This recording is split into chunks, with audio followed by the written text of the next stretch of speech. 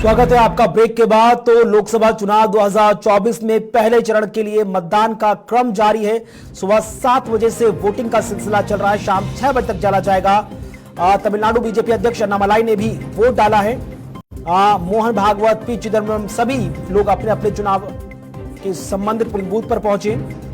Chief election commissioner की तरफ से भी बयान सामने आया है। तो तमिलनाडु में बीजेपी अध्यक्ष अन्नामलाई ने वोट डाला है। मोहन भागवत, पी चिदम्बरम भी वोट डालते नजर आए।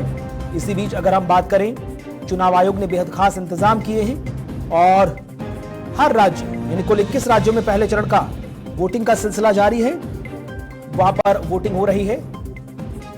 चीफ इलेक्शन ऑफिसर ने कहा, राजीव कुमार जी ने, कि हमने 2 साल पहले ही व्यवस्थाओं को जमीन पर उतारना शुरू कर दिया था ताकि एक जब बेहद शानदार तरीके से, निष्पक्ष और पारदर्शी तरीके से जो वोटिंग का सिलसिला है वो जारी रहे। होना चाहिए, इसलिए अपना कर्तव्य है, मतदान अपना अधिकार है। 100% मतदान होना चाहिए, इसलिए आज पहला काम मैंने मतदान का किया।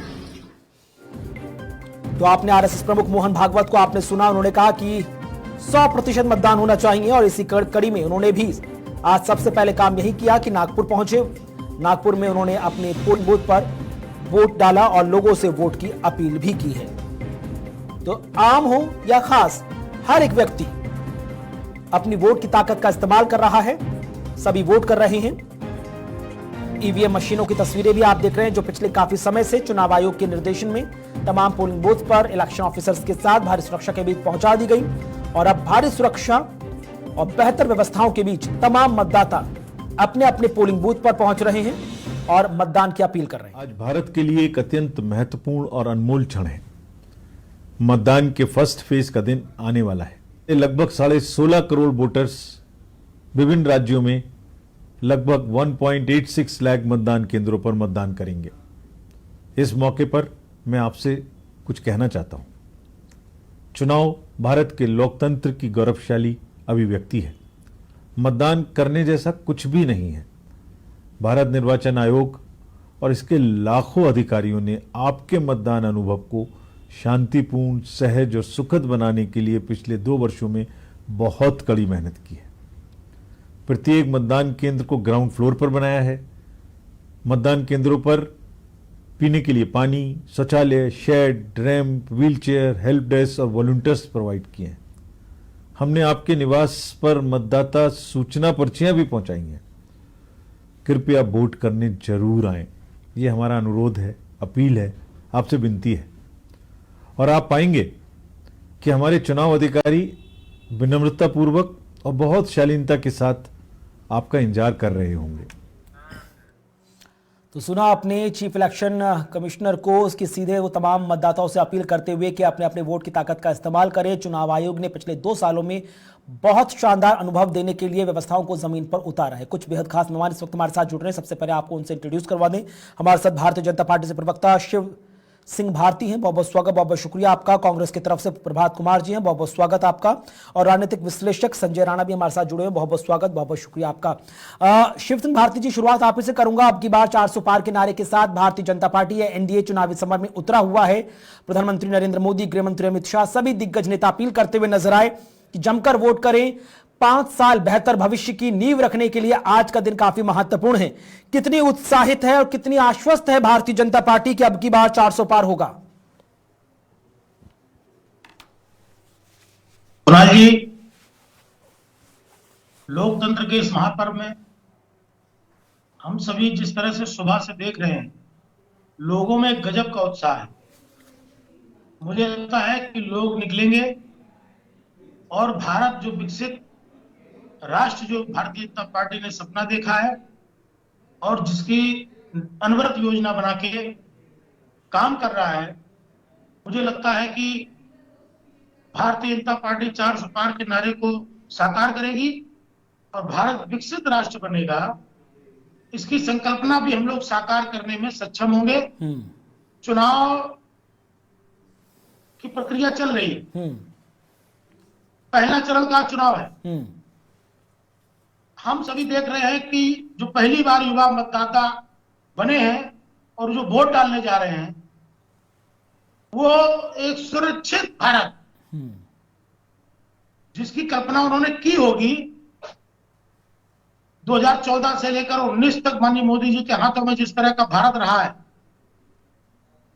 पूरे विश्व में जिस तरह से भारत की खनक बनी है, उसको युवा भी देख रहा है। और जो पहली बार युवा मतदाता वोट करने जा रहे हैं, मुझे लगता है कि वह निश्चित ही देश जो राष्ट्र बढ़ रहा है विकास की ओर, उसको उसका साथ देंगे और भारतीय जनता पार्टी के पक्ष में जो माहौल ठीक बना है है। प्रभात कुमार जी, अभी कांग्रेस पार्टी भी दिशा में इंडिया अलायंस के बैनर तले नेतृत्व करते हुए चुनावी समर में उतरी हुई है। कुछ देर पहले राहुल गांधी कांग्रेस के बेहद फायरब्रांड नेता सोशल मीडिया हैंडल एक्स पर पोस्ट करते नजर। उन्होंने कहा कि पिछले 10 सालों में जो जख्म दिए गए हैं उन पर मरहम लगाने का वक्त है और नफरत के बाजार में मोहब्बत की दुकान खोल दीजिए। यह अपील कितनी सार्थक होगी, कितनी प्रभावी होगी, और तमाम कांग्रेस नेताओं के रैली में, जनसभाओं में जो भीड़ नजर आई, कितनी उम्मीद कर रहे हैं कि वो वोटों में तब्दील होगी?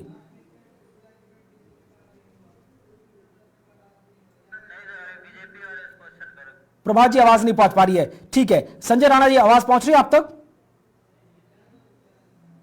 उन तक भी आवाज नहीं पहुंच पा रही। शिव जी, मैं शिव सिंह जी दोबारा आपके पास पहुंचूंगा। कई ऐसे महत्वपूर्ण राज्य हैं जहां पर बीजेपी ने पिछली बार बहुत शानदार प्रदर्शन किया था। अमूमन उत्तराखंड की आप बात कर लीजिए, 5 की 5 सीटें बीजेपी ने वहां पर जीती थी। बिहार की 40 लोकसभा सीटें हैं, 39 सीटों पर ट्रैक रिकॉर्ड बहुत अच्छा रहा था। लेकिन इस बार आपकी निगाह दक्षिण भारत का जो राज्य है तमिलनाडु, वहां की 39 सीटों पर भी टिकी हुई है, जहां पर पहले चरण में ही मतदान संपन्न हो जाएगा। कैसे 400 पार के नारे को जमीन पर उतारेंगे, जबकि इंडिया अलायंस मजबूत टक्कर दे रहा है? कांग्रेस नेता नकुलनाथ कहते नजर आए कि जनता सच का साथ देगी और जिन्होंने झूठ कहा, फरेब किया, छल किया, जुमले कहे, उन सबको जनता सबक सिखाएगी। देखिए, भ्रम की स्थिति नहीं है। कांग्रेस ने, ये इंडिया अलायंस के जितने भी दल हैं, इन्होंने माननीय मोदी जी जब से प्रधानमंत्री बने तब से देश में भ्रम का माहौल बना रखा था। और आप निश्चित मानिए कि 2 बार से माननीय मोदी जी देश के प्रधानमंत्री हैं। हम गरीब कल्याण की योजनाओं को लेकर नीचे तक पहुंचे हैं, वह चाहे दक्षिण भारत की बात हो, चाहे नॉर्थ ईस्ट की बात हो। हमने 140 करोड़ देशवासियों की हमेशा बात की है। हमने वर्ग और धर्म की बात कभी नहीं की। माननीय मोदी जी जब देश को संबोधित करते हैं तो 140 करोड़ लोगों को संबोधित करते हैं। उन्होंने कभी किसी वर्ग विशेष की बात नहीं की।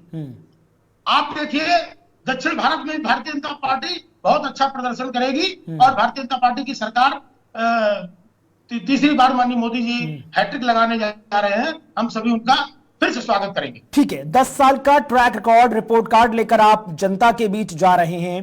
क्या महत्वपूर्ण मुद्दे हैं जिस पर आप या भारतीय जनता पार्टी पूरी तरह से आश्वस्त है कि ये मुद्दे ऐसे हैं जो जनता के दिल में घर कर गए हैं और वोट जरूर मिलेगा?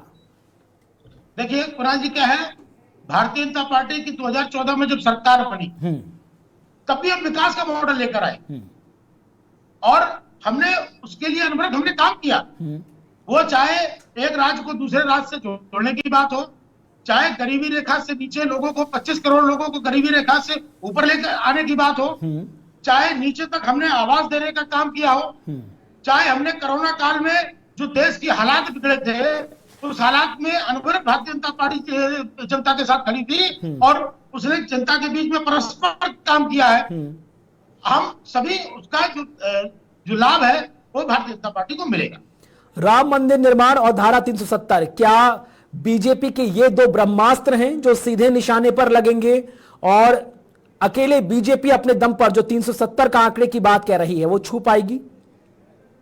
देखिए क्या है ना, राम मंदिर का जो मुद्दा लोग इन्होंने बना रखा था विपक्ष ने, आज तो वो दर्शन करने के लिए सबको छूट है, दर्शन करने लोग जा भी रहे हैं, विपक्ष के लोग भी जा रहे हैं, सबका स्वागत है, राम सबके हैं। लेकिन जिस तरह से इन्होंने कोर्ट में हलफनामा देकर राम के अस्तित्व को नकारने का काम किया था, मुझे लगता है कि जनता वह सब भी देख रही है। धारा 370 को लेकर जिस तरह से देश में एक माहौल खड़ा किया था, जम्मू कश्मीर की हालात जो 370 की वजह से बिगड़े थे। भारतीय जनता पार्टी ने 370 धारा खत्म करके एक दिन में धारा 370 खत्म की और देश के माहौल को सुदृढ़ बनाए रखा। ये बहुत बड़ी भारतीय जनता पार्टी की सरकार की जीत ठीक है। शिव सिंह भारती जी, आप तस्वीरें आप देख सकते होंगे अपने बगल में, स्टालिन जी की मुख्यमंत्री हैं तमिलनाडु के, वोट की अपील करते हुए नजर आ रहे हैं। बयान सामने आ रहा है, स्टालिन जी के जो बेटे हैं उनका तरफ से बयान सामने आया था। सनातन धर्म को डेंगू मलेरिया तक की संज्ञा उन्होंने दी थी और कुछ समय पहले स्टालिन जी खुद बयान देते नजर आए कि भारतीय जनता पार्टी को दक्षिण भारत में घुसने भी नहीं देंगे, चाहे कर्नाटक हो, चाहे आंध्रा हो, चाहे तमिलनाडु हो, चाहे केरला हो। इस चुनौती को बीजेपी कैसे देखती है? देखिए, तमिलनाडु में एक वर्ग है जिसको इन्होंने हमेशा एक नीचे स्तर पर रखा और ये चूंकि खुद मानसिक दिवालिये हैं, सनातन को गाली देकर इनको लगता है कि हम सरकार बनाएंगे, हमारी सीटें आएंगी, तो इनका भ्रम है। देश में लोकतंत्र है, सबको अपने धार्मिक आस्था व्यक्त करने का मौका मिलता है। कोई भी अपनी धार्मिक आस्था किसी भी तरह से व्यक्त कर सकता है। आप भारत में एक कितना बड़ा वर्ग है जो सनातन धर्म को मानता है, ठीक है, आप देखिए, आप उनको गाली देते हैं और सिर्फ राजनीति, धर्म की राजनीति, भारतीय जनता पार्टी के ऊपर आरोप लगाते हैं कि आप धर्म की राजनीति करते हैं। आप धर्म की राजनीति नहीं करते, आप एक धर्म को गाली देने का काम करते हैं। और निश्चित रूप से मानिए कि तमिलनाडु की जनता इनको 2024 के चुनाव में जवाब देगी, ये निश्चित रूप से आप मान लीजिए। ठीक है। भारतीय जनता पार्टी या एनडीए, खुद हमने बड़ी खबर, पश्चिम बंगाल के कूच बिहार में सीएपीएफ जवान की मौत हुई है। मतदान केंद्र के बाथरूम में उसका शव मिला है। पश्चिम बंगाल के माथाभांगा में यह घटना सामने है। जवान की मौत से हड़कंप मचा हुआ है। बड़ी खबर टीवी स्क्रीन पर, पश्चिम बंगाल की 3 सीटों पर इस वक्त वोटिंग चल रही है। कूच बिहार, अलीपुरद्वार और जलपाईगुड़ी। बड़ी खबर सीधे कूच बिहार से पश्चिम बंगाल के माथाभांगा में एक घटना सामने आई है, जहां पर रामनवमी पर पश्चिम बंगाल में हिंसा हुई थी और उसके बाद आज जब वोटिंग चल रही है तो वोटिंग में कूच बिहार में सीएपीएफ जवान की मौत हुई है। मतदान केंद्र के बाथरूम में उस जवान का शव मिला है। घटना की जानकारी मिलते ही पूरे इलाके में हड़कंप मच गया है, यानी कि हिंसा पश्चिम बंगाल में जो पिछले काफी लंबे समय से अपनी जड़ें जमा रही है, आज भी उसका क्रम जारी है। शिव सिंह भारती जी, पश्चिम बंगाल काफी महत्वपूर्ण होता जा रहा है भारतीय जनता पार्टी के लिए। टीएमसी बनाम बीजेपी सीधे मुकाबले में है, लेकिन आज भी जिस तरह से ये घटनाएं सामने आ रही हैं, किस तरह से देख रही है बीजेपी? कैसे भयमुक्त माहौल में, निष्पक्ष माहौल में वोटिंग होगी जब सीएपीएफ जवान की मौत हो रही है, उसका शव बाथरूम में मिल रहा है? देखिए कुणाल जी, जिस तरह से पश्चिम बंगाल जल रहा है, भारतीय जनता पार्टी ने पिछले दिनों संघर्ष किया, सड़कों पर उतरी है, वहां की जनता के साथ पर खड़ी रही। पश्चिम बंगाल में आज जिस तरह के माहौल है, आज अराजकता चरम पर है और वहां की जनता परेशान है। आप देखिए, पश्चिम बंगाल के इस लोकसभा के चुनाव में बड़े बिरले परिणाम आने वाले हैं और ये सब हम अभी अपनी आंखों से भी देखने वाले हैं। ठीक है। बीजेपी अपने साथ इस बार चुनावी मैदान में ज्ञान के फॉर्मूले के साथ पहुंची है। शिव सिंह जी, गरीब, युवा, अन्नदाता और नारी, 4 कैटेगरीज पीएम मोदी ने कहा था। जब कांग्रेस की तरफ से जातिगत जनगणना की बात की थी तब पीएम मोदी ने कहा था कि हिंदुस्तान में सिर्फ 4 जाति हैं, गरीब, युवा, अन्नदाता और नारी। इन चारों जातियों पर बीजेपी का कितना मजबूत फोकस रहा है और आपको क्या लगता है कि अब तक जो बीजेपी या केंद्र की मोदी सरकार ने जो तमाम योजनाओं की डिलीवरी ग्राउंड जीरो तक पहुंचाई है, इन चारों वर्गों को परस्पर और समान रूप से फायदा भी हुआ? कुणाल जी, देखिए, हम तो पहले कह रहे हैं कि माननीय मोदी जी जब देश को संबोधित करते हैं तो 140 करोड़ की बात करते हैं और 140 करोड़ में आप देखिए, भारतीय जनता पार्टी की सरकार 2024 में निश्चित रूप से बनने वाली है और आने वाले समय में हम जाति, धर्म और इनसे परे होकर भारत को ले जाने वाले हैं। देश का युवा मजबूत हो, देश का किसान मजबूत हो, देश की महिलाएं और सशक्त हो, इसके लिए भारतीय जनता पार्टी ने पिछली अपने समय में भी काम किया है। पिछले 10 सालों में हमने इसी पर काम किया, इसलिए हम भारत को विकसित राष्ट्र बनाने वाले हैं। ठीक है। एक चीज और बहुत महत्वपूर्ण, आपने देखा होगा कि कांग्रेस अपोजिशन की तरफ से पीडीए का नारा दिया गया है, पिछड़े, दलित और अल्पसंख्यक। क्या ये नारा कुछ काम करता हुआ? ये अभी तक वहीं पर रखे हैं। आप देखिए, ये जहां तक पिछड़ों की बात करते हैं, तो जहां फिर दलित की बात करते हैं या अल्पसंख्यक की बात करते हैं, आप देखिए स्टालिन के जो पुत्र हैं वो बयान देते हैं, वो एक वर्ग को खुश करने के लिए बयान देते हैं। आप देखिए दलितों के बीच में आप पिछड़ों के बीच में आप कहीं है नहीं।